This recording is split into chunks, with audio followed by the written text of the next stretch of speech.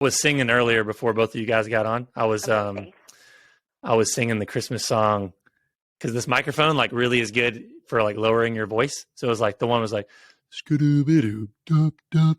I can make my voice sound like really low on this microphone. It was great. I was just singing to myself. Cool.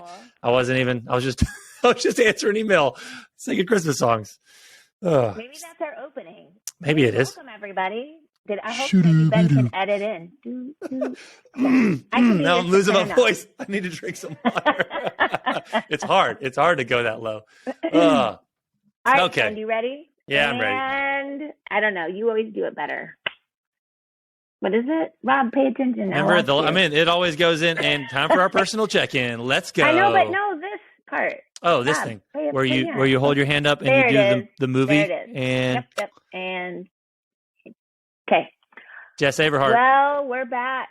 Rob Shields. We're back. How you doing, friend? We're back again. It's the Christmas season. Hi, I'm doing well. It's so good to see you. You too, friend. I mean, we are days away from Santa Claus coming down chimneys or magically appearing. Yeah. Hey, what's your favorite Christmas movie, by the way? Give the people what they want. 1,000%. It is National Lampoon Christmas Vacation. I like it. And 1,000% my favorite, you didn't ask me this, but I have this running in my head right now, is the Hippopotamus song is my favorite Christmas song. That and Mariah Carey, but I'm kind of over her. I mean, everywhere you go, you hear that doggone Christmas song from Mariah Carey. And she's made a lot of great music, but that one, it seems like it's was the most amount of time. I don't think anybody really knows. Young people don't even know she has a catalog of pop albums. I think they just think she's a Christmas singer. Like she sings the Christmas songs. But this is not Christmas related. The movie Free Guy uses one of her popular songs and does like a slow rendition of it at the end. It's amazing. I watched that movie and You didn't recognize that was a Mariah Carey song? Well, I'm going to send you the audio of it. I'm going to send you the audio of it. Okay, yeah, send it to me. It's really good. Well, was that your check-in? The Mariah Carey No. That wasn't my check-in. I guess I'll answer my favorite Christmas movie, the Santa Claus, Tim Allen version. And even though I've seen that like every year since I was a kid, I actually found out about the trivia stuff on IMDb, International, whatever it stands for, movie database.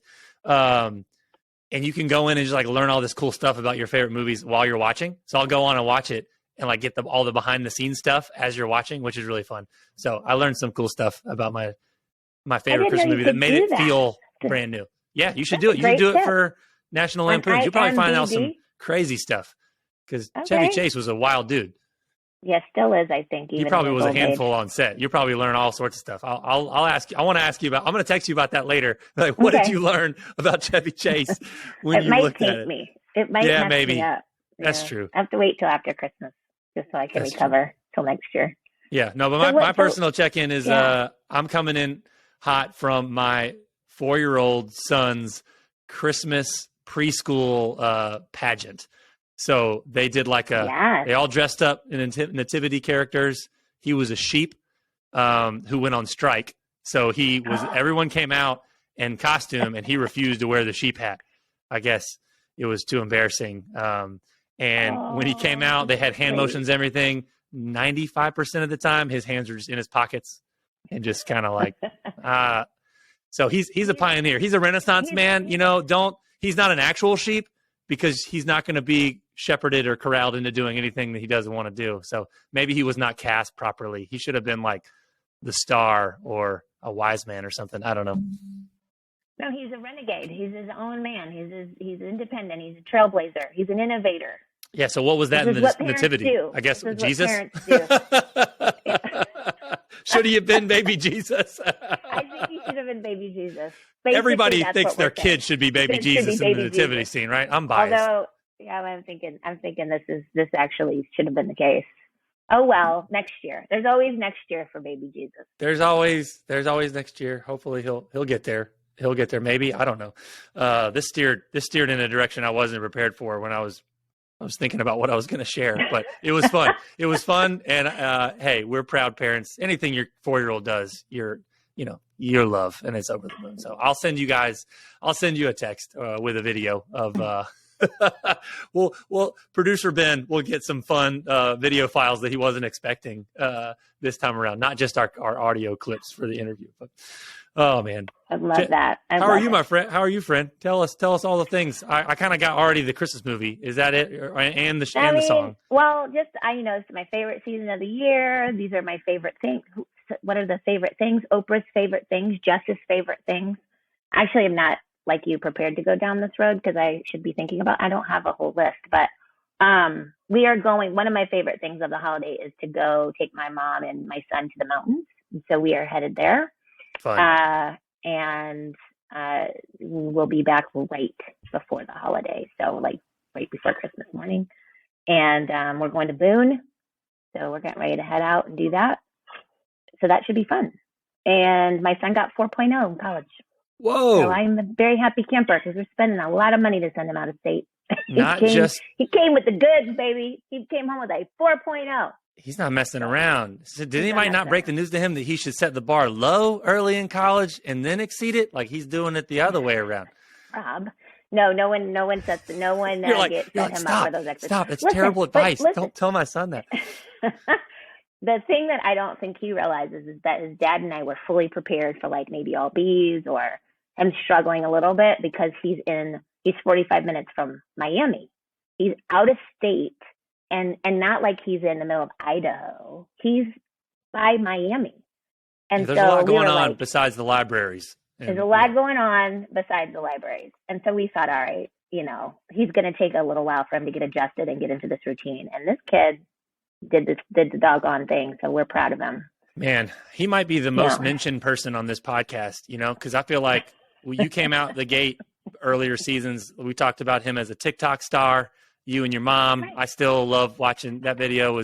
That's how I think I first got introduced to his fame and renown. But he's obviously so much more than that. He's now a 4.0 student. He has substance. Wow.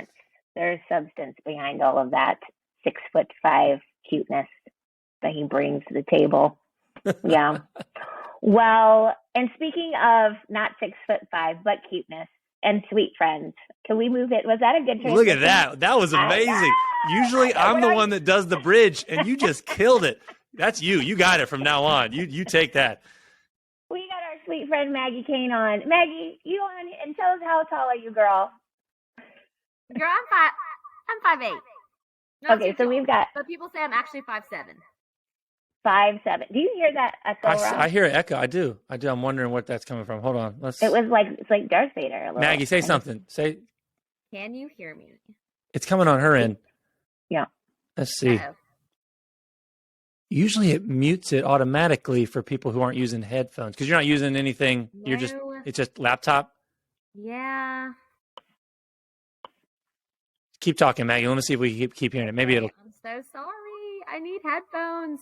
That's weird. I can go look for my headphones. I may have left them. You shouldn't need them. Hold on. Let me see if I can. You shouldn't need them. Let me see if I can mess around with it real quick. We're just gonna do something. Rob's like our on-site tech support, and almost always he pulls rabbits out of his hat. You're in go mode right now. It says echo cancellation is active. Not using headphones. Echoes are reduced, but it's not reducing. Okay, thank you so much. You wouldn't happen to have it up on multiple tabs, would you, Maggie? No. Well, maybe I have the other one up. Hold on. Oh, from the guest room. Because if you have it both open, then that might be it. It might be hearing you twice. Oh, I do. See that? Look at that. Look at me. Okay. I'm the father of baby Jesus, guys. Come on. Oh, let's see if it. All knowing. Did it work? That worked, right? Of course it did. Oh, it totally worked. Come on. That was it. It did. Don't act so surprised, guys. Come on. I know. We're 55 episodes in. We know what we're doing here. All right. I'm just gonna say, and speaking of cuteness, there you go. Say it again. Well, we got to keep the actual reaction the first time because that was amazing. Okay, and then maybe Maggie, you just answer the question because I think Jess, you asked it, and we're like, oh, and then we'll cut out any echoes because it was just on her end. So that was an amazing, spontaneous bridge. We can't repeat that excitement level. So Maggie. Jess, you can ask it again, but producer Ben, let's go with the first one because that was the keeper. Yeah. And Maggie, right after I ask you that first question, I'm going to head over to my other Zoom because I'm right at time. So just so you know, I might ask and then drop. Cool. Do one of those things. Pretend Cool. like she's still there. Yeah. Okay. And scene. Maggie, how tall are you? I believe I am 5'8". Most people say I'm 5'7". Okay. Well, yeah, I'm the same way, girl. So you're like 5'7", 5'8" of cuteness. Thank you for joining us today, my sweet friend. It's always good. Rob and I are so lucky. We have the most incredible circle of friends, just superstars who are doing great things in the community, who took some time out for us today. I just love it. So thank you for joining us. Pause. Sorry. Thank you for joining us, Maggie. Sorry. Okay. Sorry. Let me start that over. Yeah. Let me say that last sentence over, and then Maggie, you respond. And then I'm going to go into your bio. So Rob and I have such incredible friends, superstars really, who are killing it in the community, and that we get to say that we know them, we knew them when, right? So Maggie, thank you so much for taking time and being with us today. Gosh, I am the one that is honored. And let me just say, Jess, I think your son was actually baby Jesus back in the day. I think that's where we're at. And Rob, that's what it is. That's it. Is that true? Is that true? Is this a true story? I didn't want to tell you that, Rob, but my son did play baby Jesus, and so Okay. Hey, we got multiple parts in the nativity. We just need to assemble this. I've got the sheep costume is literally right there. I mean, let's bring it. There's more to it than just the babe. That's exactly right. Well, Maggie, girl, you have been busy this year. And so I want to introduce you. I mean, so many of our listeners probably know your story, but for those who don't, this is going to be a true treat to learn about you personally, but also just your passion, how it comes to life every day, every morning when you open a place at the table. You are a place in the community, truly, and have been for so many years. I remember, and I'm going to read your bio in a minute, but I remember when you were raising money, when your store was not open. You were out there pitching this idea, trying to get people to understand this concept. And so, man, you've come a long way, sweet friend. So let me, for the sake of the podcast and for posterity, let me read your bio. So Maggie's the founder and executive director of A Place at the Table. It's Raleigh's Pay What You Can Cafe. Yes, you pay what you can. She graduated from North Carolina State University in 2013, and began working for a nonprofit with people experiencing homelessness. And she'll share this story in a little bit. She befriended a lot of people who are living on the margins, and she knew at that point that something had to be done. So in February of 2015, A Place at the Table was birthed, and Maggie never looked back. And I can attest that she's never looked back, just keeps growing. And she opened in January of 18, serving thousands and thousands, tens of thousands, I would assume at this point, of people in Raleigh, and you say this a lot, with a dignified and affordable meal. Maggie has a heart to serve and desire to always be inclusive, and a passion for loving people. You live in Raleigh. You love to jump rope. Rob likes this part. This is his favorite part of all the bios, right? All these personal things. Loves to jump rope. Eats a large amount of peanut butter. I had no idea. You love to hike in the mountains. Tattoos. Yes, I know that. And all things sunflowers. That's very cool. You'll find her watching movies in the theater in those big comfy chairs. Skydiving, girl. We don't have enough time for this. I want to hear more about that.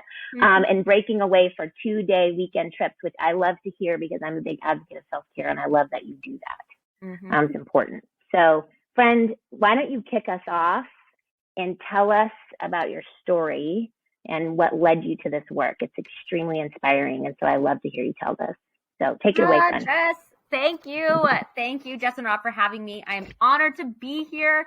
I don't know how I am following up people like Joy Curry or Terrence Ruth, two of some of my favorite people, but truly am so honored to be here and be a part of this. I have hopefully listened to almost every episode. I'm definitely a subscriber and love listening to it every week. So again, so glad to be here. I grew up in Raleigh, lucky to have grown up in Raleigh. Still live in Raleigh. Never thought I'd stay though. I grew up in Raleigh with my mom, my twin sister. I have an older brother as well. I kind of kept thinking I was going to leave, had the travel bug, wanted to go to school outside of the state. But in-state tuition, can't really beat that. I was fortunate to go to college, fortunate to go to NC State. But while I was there, I was still thinking I was on track to leaving, to moving, maybe signing up for the Peace Corps, Teach for America. I did apply, and to everyone who applies for things like that, oh my gosh, to everyone who goes, total heroes of mine. But while I was in school, I found this day shelter that worked primarily with people experiencing homelessness. It was just getting off the ground. It was a place where people could come in and have a place to be on a chilly day like today, where it's below 50. It actually might be warming up now. But below 50, you could get a cup of coffee, get warm for a little bit. And again, like I said, have a place to be. As college is going on, I'm there. I am gearing up towards graduation, still figuring out what I'm going to do. I was fortunate to graduate college, and at my college graduation, the day of, I had about 10 folks from this day shelter, folks experiencing homelessness, and folks that lived outside, come to my college graduation. They showed up, somehow got in the door, because you get the 4 tickets, 5 tickets. But they got in and they cheered me on, and they stood up there. They were the loudest people in the room. And that's when I realized this is the work I need to do right now. So I kind of formed a job at this day shelter. We didn't really have the funding, but made it work and ran this day shelter. People would come in, about 80 to 100 people a day. And I started to form serious relationships, serious friendships with folks that looked and were a little different than me. They were folks that slept outside or were facing some sort of extreme poverty. And so for them, for me, at least, I wanted to get to know them. I wanted to continue to get to know them. And in my life, getting to know people is done primarily through food, through coffee, through good drinks. And so I started eating with folks in this extreme poverty, which means you eat at the soup kitchen. So we'd walk down to the soup kitchen, we'd stand in line, we'd get inside, and once we were inside, we'd get handed a plate. We didn't get to choose what we want because soup kitchens are incredible, and they feed hundreds of people every day, and they feed what they have. And so we'd sit down, we'd have to eat quickly so someone else could come in and eat. And again, soup kitchens are incredible. There's nothing wrong with that. But it was so different than my life experience. Where I can spend hours with someone. We can order anything we want on the menu, and we can really get to know each other over food. For me, food is that tool, as I mentioned a second ago, to getting to know people. And so I started taking people out for meals. I would take them wherever they want to go. We were celebrating birthdays, anniversaries, anything like that. And I would say, let's go somewhere. And so we ended up at Golden Corral and K&W Cafeteria, if you remember that. I think RIP K&W. There may be one left, but we'd end up at Golden Corral a lot. And I asked several of my friends who were on the streets at the time, who were living outside, why do we end up at Golden Corral? And my privilege of how I grew up, how I was fortunate to be raised was, these folks, they want to go to Golden Corral because they are hungry, and here they can load up on tons of food and they can fill their bellies. And multiple of the folks I took out to Golden Corral said, no, that's not the case. We go to Golden Corral because we get to, 2 reasons. We get to choose. Living in poverty, living in this extreme poverty, people make every choice for you from what they said to me. They said, Maggie, from what we eat to where we sleep, people make that choice for us. And here, I feel valued and seen. Living in this extreme poverty, people literally step over me. They walk right by me. They ignore me. Here, people see me. I'm valued. I feel like a real person. People greet us at the door. They come around and check in on us, see if we need a refill. They say bye as we're leaving. Here, I have value. So that was that moment for me where I said, wow, we gotta do something about this. We gotta create a place where all different folks can feel seen and valued, and all different folks can come together. I felt so fortunate to be meeting these incredible humans and getting to know their stories, and I wanted others to as well. At the same time, Raleigh's a great place. I grew up here, as I said. I saw that divide. people with money were going one way and people without money were going the other. Folks in poverty were literally getting pushed out of downtown at the time. So I just began thinking we've got to do something different. We've got to do something where everyone feels dignified, welcome, included. So I Googled everything. I Googled social enterprises, restaurants, nonprofits. I found incredible people doing incredible things, right? But I found the pay what you can system. And I found that there were over 15 pay what you can cafes across the country, including John Bon Jovi. Have tried to get him to come to the cafe multiple times. He has never come. But that is okay. One day, maybe he'll listen to this podcast and come see us. But I really did. I saw this pay what you can system, and I said, if it can work in other places, then it can work in Raleigh too. Went to visit the closest one in Boone, North Carolina. So Jess, you're going next week. Go visit if you have time. It's incredible. Some of my greatest friends run this cafe. But then the rest was history. I knew in that moment when I visited that Raleigh needs a place like this. I tell you all that background, but really this restaurant is because I love people. And I knew that I was put on this earth to love people. My favorite theologian, Henry Nouwen, says that we cannot love issues, but we can love people, and the love of people reveals to us the way we deal with issues. And so the reason I'm in this work is because I love people. And I want to create places where other people can love each other too. I love that. Nice shout out to John Bon Jovi. I feel like wherever you go, you have to say that so that it finds its way in the SEO online. One day. It's just like everywhere I go, I see that I'm in this search for this Maggie Kane. I'm talking about come visit Raleigh. I have called, I have emailed, I have asked agents. He came and did a show here, one of his last shows. I don't think he's still performing, but one of his last shows. And we all did this big Twitter campaign. We probably had like 100 followers at the time, but we did this whole Twitter campaign, got everyone to repost it. We had a sign that we posted and it said, all at this long community table, John Bon Jovi, we have a place at the table for you. And so that morning after his show, I see this tour bus coming down the street and I was like, oh my gosh, it's our time. It wasn't, it must've been like, some college kids like van or something. Right. But anyway, one day. But dream big. So rest is history. Where we opened January 8th, 2018, as a place at the table. Amazing. Wow. Love that story. Thanks, Maggie. Yeah, Maggie, I think that does a really great job, I think, in kind of merging your story and kind of just your personal experiences into founding the organization. And we talked to so many founders in the History of the Just podcast who they are their organization, right? Like it is an overflow directly of their own lived experience and their heart of seeing a problem up close. We always go back to this kind of Brian Stevenson, talk about somebody who we've been, hey, would love to have him on.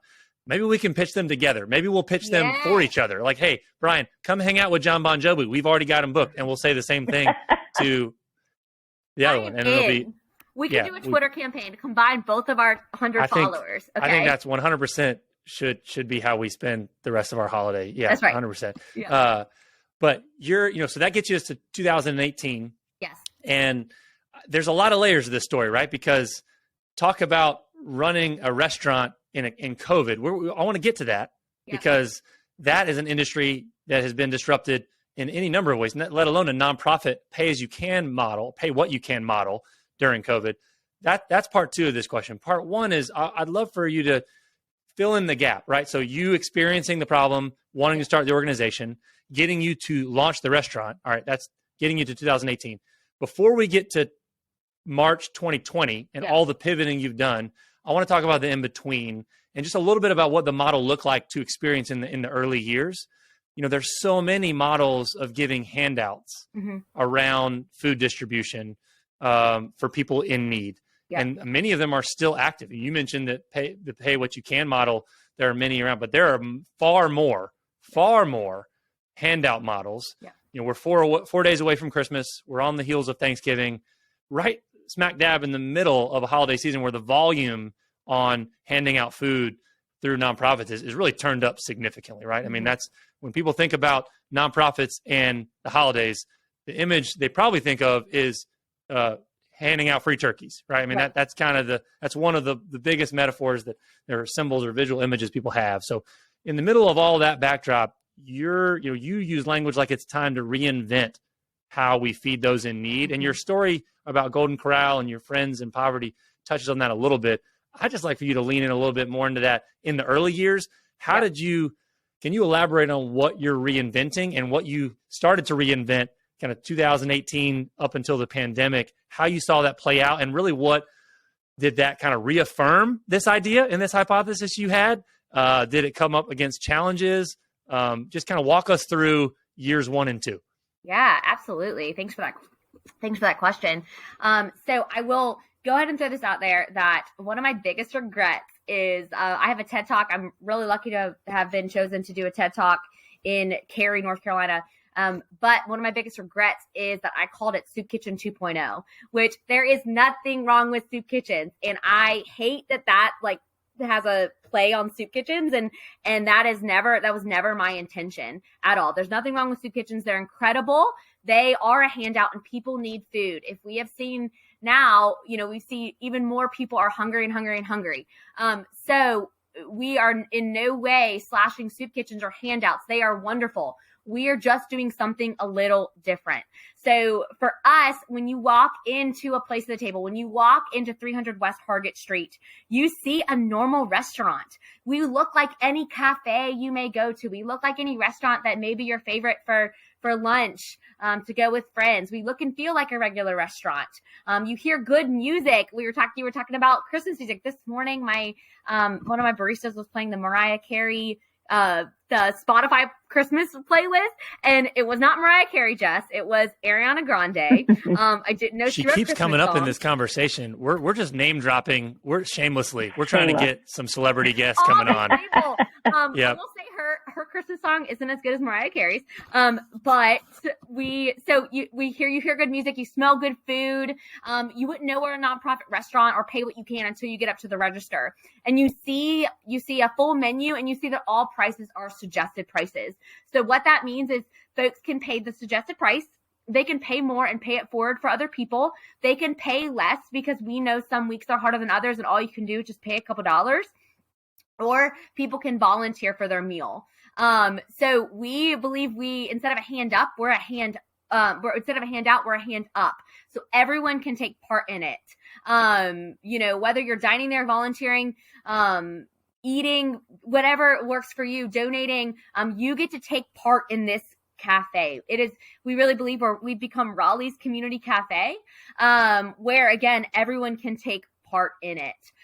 So before the pandemic, we were open 2 years, and doing pretty well. We had every single day, we had people coming in and paying the suggested price, paying more, paying less, volunteering. We saw over 80 people a day volunteering for their meal. They were coming in because they wanted to be a part of it. They wanted to be in relationship with other people. Our mission is community and good food for all, regardless of means. And so we do that. And there's a reason why community is first in everything we're doing, whether we're eating together or volunteering together. We are building that community that we all need in life. And so I'll tell you a quick story about a reason again why we're different. We have a guy who's been, his name's Dave. He's been coming to us since before the pandemic, but right as soon as we opened, he was day one, showed up wanting to get a meal and volunteer. And so he would order a waffle, order whatever he wanted. He'd sit down, and then he would do dishes for hours.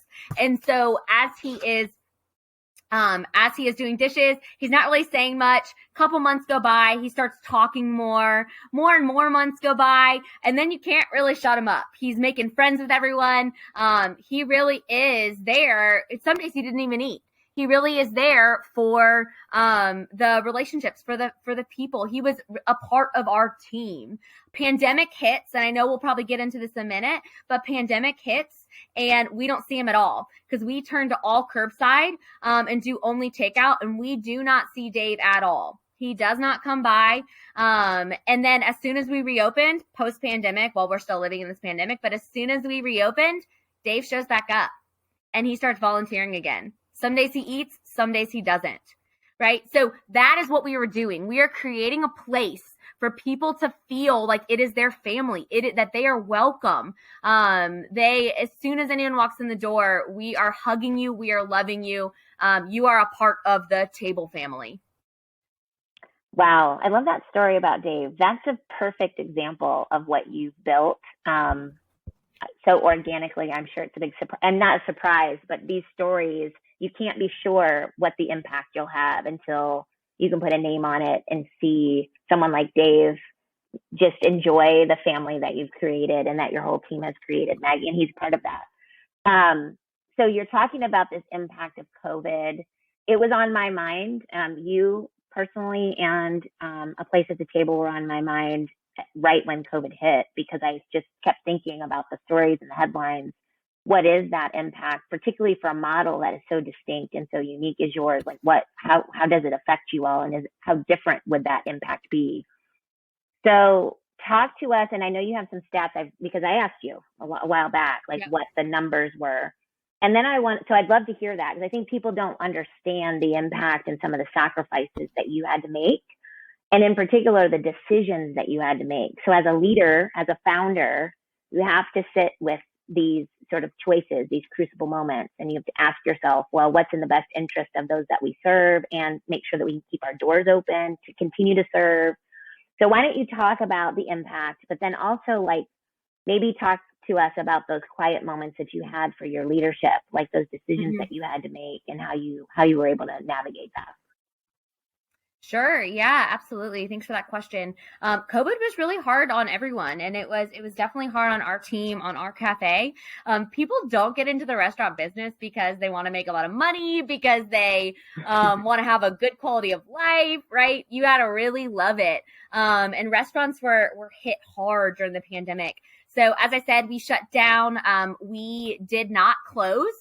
We just turned curbside. So we shut down the inside of our cafe, and our team came together and actually, all agreed we want to be here. We want to feed people. We saw the big hunger need, as I mentioned earlier. More and more folks were coming to our door. More and more folks were hungry. More and more families were showing up.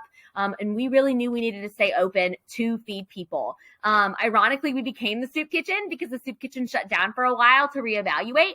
So for about 6 months, we fed upwards of about 450 people every single day, a curbside takeout meal. Wow. Our model, I know I have financial people on here. Prior to the pandemic, about 60% of our customers paid for their meal or more. 40% of people volunteered or paid less. Pandemic hits, 450 free meals a day, and 0% of paying customers. Okay, maybe 99.9% of non-paying customers, and like 0.001, and it was like my mother who would drive through. And so we did all free meals for folks. And honestly, we were overjoyed to do it. We knew we needed to do it. Again, we wanted to really feed folks. It allowed us to up our partnerships with lots of other organizations in the Triangle. So we now partner with about 20 other organizations in the Triangle to get meals to folks. So that was such a positive bonus, and a way we were able to build even more relationships. But we did, after about 6 months of that many meals, we realized that this is not our mission. It is not sustainable to continue this way. Our staff was wearing down. Things were just not good. It was getting a little violent, to be completely honest. So we shut down for about a month. We reevaluated, and we found a way to get back to our mission, adding volunteers back, adding folks paying less back.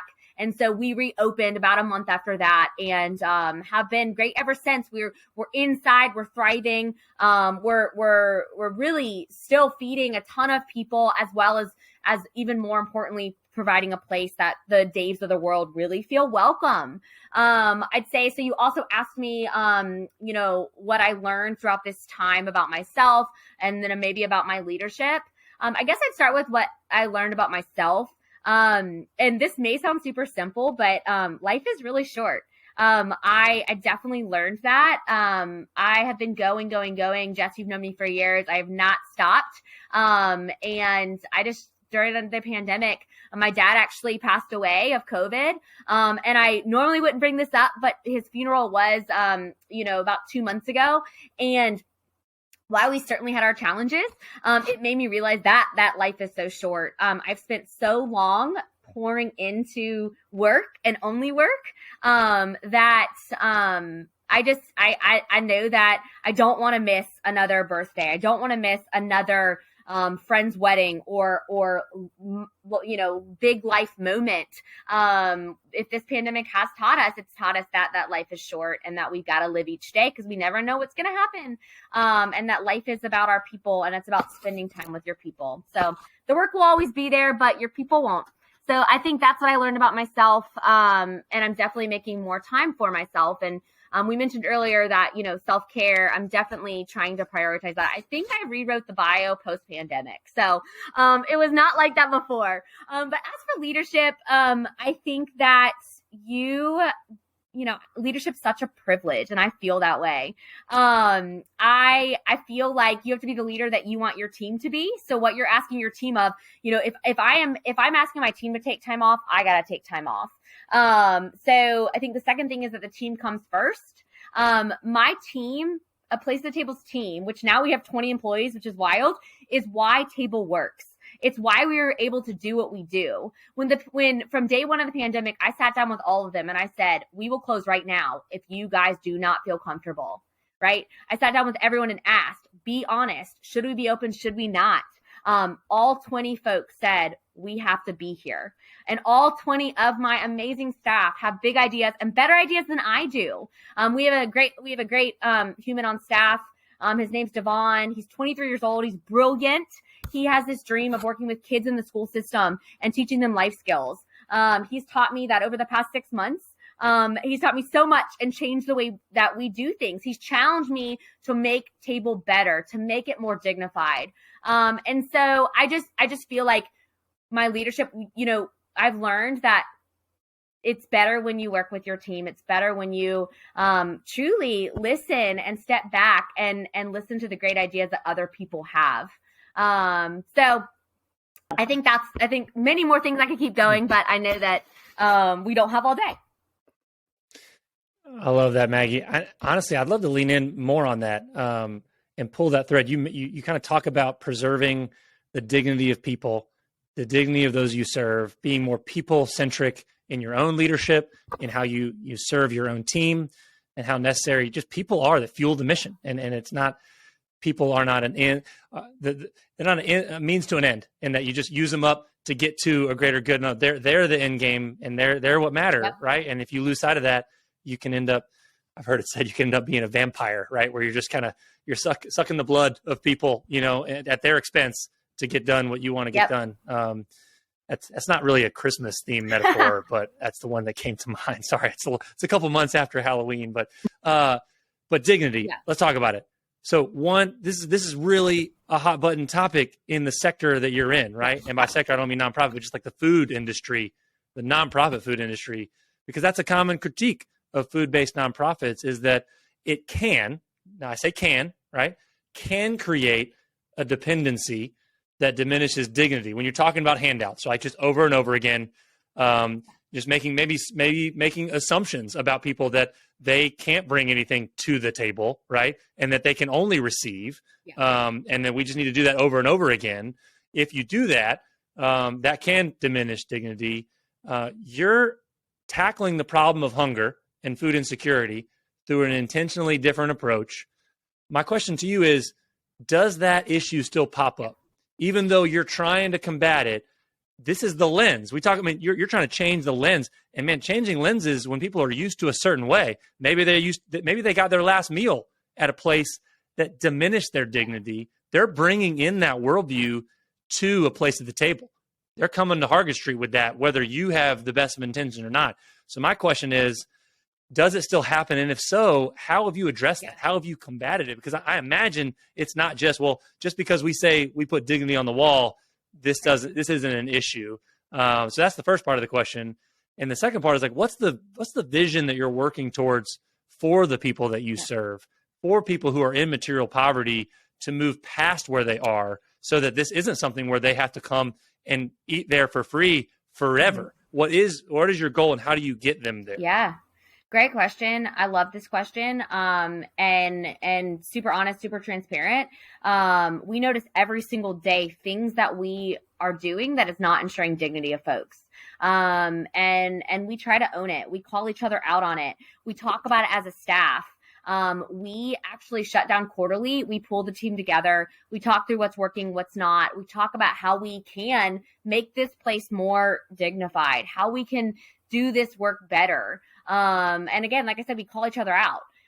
We want to be the most dignified place that, in Raleigh, where you walk in and you really feel, you feel welcome. We learn from other organizations and leaders in this community. We go and visit them regularly. So our staff goes on field trips and we ask questions. We see what they're doing and try to bring it back to again make us better. I know that before I leave, whatever is next. I also know that eventually I do need to leave, so another awesome leader can come in and make this place even better, even more dignified. But I know before I leave, I'm going to make sure this place is as dignified as possible. I've always said that I'd rather us be doing everything possible for things to be equitable and inclusive for the next 5 years than not to be for the next 20. I'd rather pay our staff a living wage for 2 years than to be open for 30 paying menial wages, right? So things like, for if I was given an example, we have multiple examples, but the token. So for all who do not know, we have this token. It's a wooden chip. It's a free meal for folks in this community. 100 people a day use this token, and they love it. Lots of people with means and wealth love this token too, and they love buying them. It's gimmicky, it's fun. I'm on a popular magazine with my tatted arm, hand holding all these tokens. People with money love the tokens, but it's not dignified. It's I'm in line and I'm using a credit card, and then someone behind me is using a token. There's still a divide between people. So we really, as a team, are meeting regularly to discuss what do we do, how can we do this, and how we can create a place where there is no divide. And so we, that was a long answer to your question, but we really want this place to, even if we only last another year, which we have a 10-year lease, hopefully that's not the case. But even if we do, it's got to be, it's got to just be the best it can. I love that. Thanks, Maggie. I was thinking about the fact that you are so intentional about meeting with your team and regularly auditing how you move and your business practices. And where I was thinking about is just like, I don't know how, as a founder and as an owner of my own business, it actually is fairly convicting because we're moving so fast and you're in like this post-COVID environment where things are moving so quickly that you can use it as an excuse not to take the time to audit and to reevaluate and make adjustments. And I think it's just really, and I don't know that I've done that. I don't do that regularly. We do it almost as it's needed, like when something's on fire. Mm-hmm. And so I really appreciate the way that you really center your core values around this and around dignity, but also really seeing all of your patrons equally. There's equity there and making sure that the practices stay in step with that. So, and then you're not perfect, but I love the fact that you own that, right? You own that as a business owner and as a founder, taking your organization to the next level. So, well done. As I get into this next question, this whole season has been sort of grounded in this idea of fusion friendships. It really starts with Rob and I. I mean, every week we're very different people, but we have commonalities. And so there's more alike about Rob and I than are different, right? Which I think is beautiful. And I think that's probably the case across all lines. I mean, if people would just sit down and talk about it, talk about who they are and what their backgrounds are, where their passions lie. And so if they'd only just come to the table. Find their place at the table. Thank you, Rob. See, this is why we work.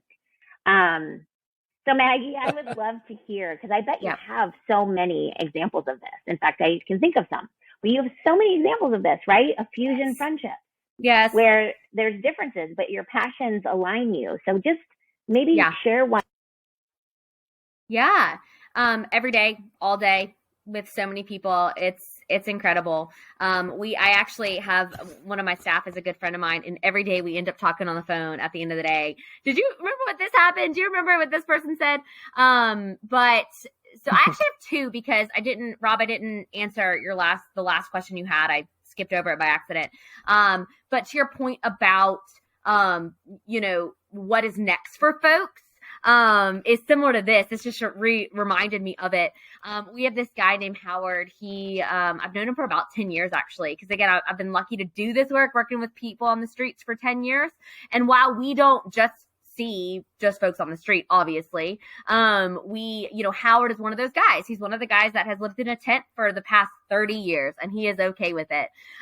But he started coming to me a couple months ago, and he said, Maggie, I really want to work. Like, I'm ready to work. I'm ready to have a house. I'm ready to move up. I'm ready to start doing things that are, and I don't ever, judge someone. If he wanted to live in a tent for 10 years, that's great. Like, he loved it. And so he started coming to me, and he showed up every single day and said, Maggie, I want to work. I want to work. I want to work. And so I called my buddy, Dean Ogan, who owns Rocky Top Catering. So plug for him. If anyone needs catering, it's Rocky Top. And I said, look, I know you're always hiring, and I know that it's hard to, give folks a chance who may not have worked in 30 years. Would you give my friend Howard a chance? And he said, absolutely. And so with being as big as Rocky Top is, there's so much paperwork. There's so many different things. We really bypassed a lot of that. He pulled a lot of strings. We helped him open a bank account, and Dean was doing this along with me. Dean sat down with Howard over and over, chatted with how he's doing, what's going on. We connected him to Southlight, an organization that will help him get housing. And so I kid you not, Howard has showed up every day to his dishwashing job and loves it. And Dean loves him, and Howard loves Dean. And it's been just really incredible to watch these different friendships, like in other way, friendship work and move. It's just really neat. But another story I'll tell you, we have Wake Tech Culinary at table at night. So they use Wake Tech Culinary School uses a place at the table's kitchen at night when we're closed.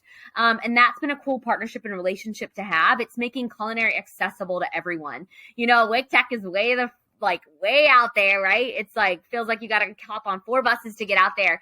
So they wanted a space downtown where people who rode public transportation, who lived downtown, could have culinary be accessible and have maybe jumpstart a second career, maybe learn how to cook, and get a job in a restaurant. So we had this guy who volunteered with us regularly. His name's Danny. He wanted to sign up for Wake Tech. So we sat down, we filled out his paperwork, and Wake Tech also did it for free this semester and are doing it for free next semester too. But we filled out his paperwork. He started taking the class, and he made it to every class 4 nights a week. That guy who lived in a hotel east of town showed up to take this class. He would send me pictures of his loaves of bread, of his croissants every single day. And so the day before the last class, he texted me, he said, hey, Maggie, I hate asking you because I know you're busy, but do you think you could pick me up? We had to take home our sourdough bread and start it and put it in a bowl. And I didn't want to take this big bowl of bread on the bus. And could you pick me up and take me so my bread will be good for class? So you better believe it. He was waiting outside with his big bowl of sourdough bread. And he got in my car and he showed up to that class and he graduated from Wake Tech Culinary. It was just such a cool moment. And Danny still comes every day and tells me what the things he makes, the jobs he's applying for. So it's a really neat place that allows folks from all different areas to come together. And, where else would I see Danny? I wouldn't. And so anyway, that, there's a lot of fusion friendships happening, and I'm lucky to be a part of it. Love this. This is so good right before the holidays. Doesn't it make you happy? These are great stories, Maggie. This is, it's awesome. And it's so, I think it really rings so authentic, Maggie, because this is your experiences, right? I mean, this is not you pontificating at a 10,000 foot level about a problem that is distant. That proximity theme is one that we've carried from the very beginning of this podcast, and you're living it, which is why you're not talking about clients. You're talking about friends. You're talking about family. You're talking about brothers and sisters, people who, and you're talking about mutually beneficial relationships. And that you can tell, you can hear that because you're talking about the things that you're able to make possible for others, but you're spending more time talking about the things that they're teaching Absolutely. you. And that mutual dependency, that's just so refreshing because I feel like those examples in the space that you occupy, that I know it takes work. It takes work to fight for models that preserve the dignity of the people that you serve. And it takes humility to have a lens of saying, what can I show up today to learn? Not what can I show up to give? Yes, you have things to give, but it feels like the posture in which you're taking it is, what are our customers have to teach me today? And you're excited. You're excited to learn those lessons. The best part about my job. It's not a job, truly. The best part. I love it. It doesn't sound like a job. It does not sound like one at all. And man, I hope I wish more people had the blessing and the privilege to be able to see their work that way, you know? And it sounds like you clearly do. So for people who are inspired, you know, like us, like Jess and I know we're not the only two by this conversation, and they want to take a step. What's just one thing that people can do? We're 4 days before Christmas, right? You know, so I imagine this is probably not like a blitz, you know, ride the wave of the holiday action step, but maybe just something that even if they're hearing this in the new year, this is what's one thing that people can do to show up and take a step to get involved directly with a place at the table if they are local to the Triangle here in North Carolina, and maybe or if they're not, wherever their context is. You know, we have listeners from all across the nation, all across the world, actually, who are listening. I don't know how they found us as a place-based podcast here in Raleigh, Durham, North Carolina. But what's a way that people can step up and get involved in the kind of work that you're doing? Where they are? Yeah. Well, I think first, like just in life in general, how you can show up and get involved is show up for your friend, your neighbor, someone in your life. You know, mail a card to someone, send an email checking in on someone, call someone different once a week. You got to take care of your people. You know, if this pandemic has taught us anything, you know, I said earlier that, you know, that life's too short, but it's really taught us that people are lonely, and that we need each other. We at Table are fighting food insecurity, but we're also fighting community insecurity, that loneliness. So I think that one thing is just to love your people and find people that love you. Life is better in community. Life is better when we do it together. And as for Table and or any other organization that is similar, is get involved, right? Show up, sit at the table. If it's a food bank or if it's a animal shelter, you know, just show up and be present with whoever is there. You know, there's some pretty miraculous things that can happen when you're just present in the moment. So I really think it's being present, it's showing up, and it's loving people. Life is too short, and we got to do this together. And because it's a lot better when you do it together. Mm-hmm. Way more fun too, and it's way more fun. It's more fun. Yeah, love it. I love that. So good. You sound like you're having fun, Maggie. And we had a lot of fun just listening to more of your experience. I know we've been following your story for some time, but just to hear it end to end, you know, and just in one sitting is a blessing. And I hope that people are local do take you up on that offer to come to the table and or to, you know, create that table in their context if they're not.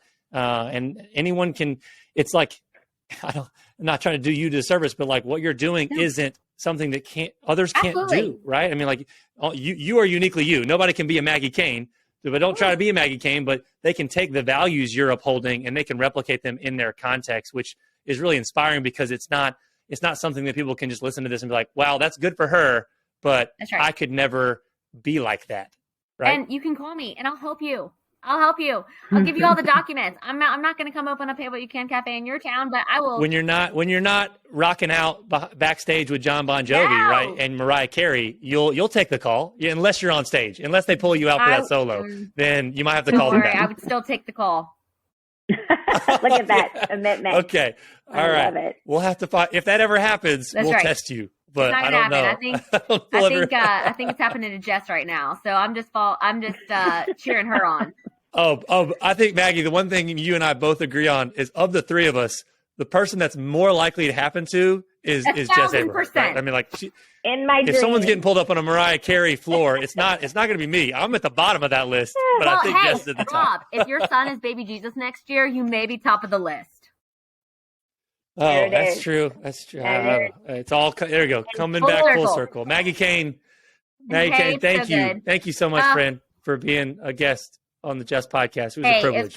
It was a privilege on my end. Thank y'all so much for letting me follow, as I said earlier, Terrence Ruth and Joy Curry, and all the incredible other speakers that you guys have. You all are a great team, and I love listening to you each week. Thank you, Maggie. Oh, well, it's a joy. And people like you are the ones that make it special, right? I mean, you named a few. There's been 50 plus that it's just amazing, Jess. You talk about it. It's a deep well in our area of people who are just doing amazing work. Lucky. And it sounds like you're connected to a good bit of them. And so I hope you have a great Christmas. Merry Christmas to you. And for all our listeners, right? Merry Christmas for the Jess podcast. Merry Christmas, everybody.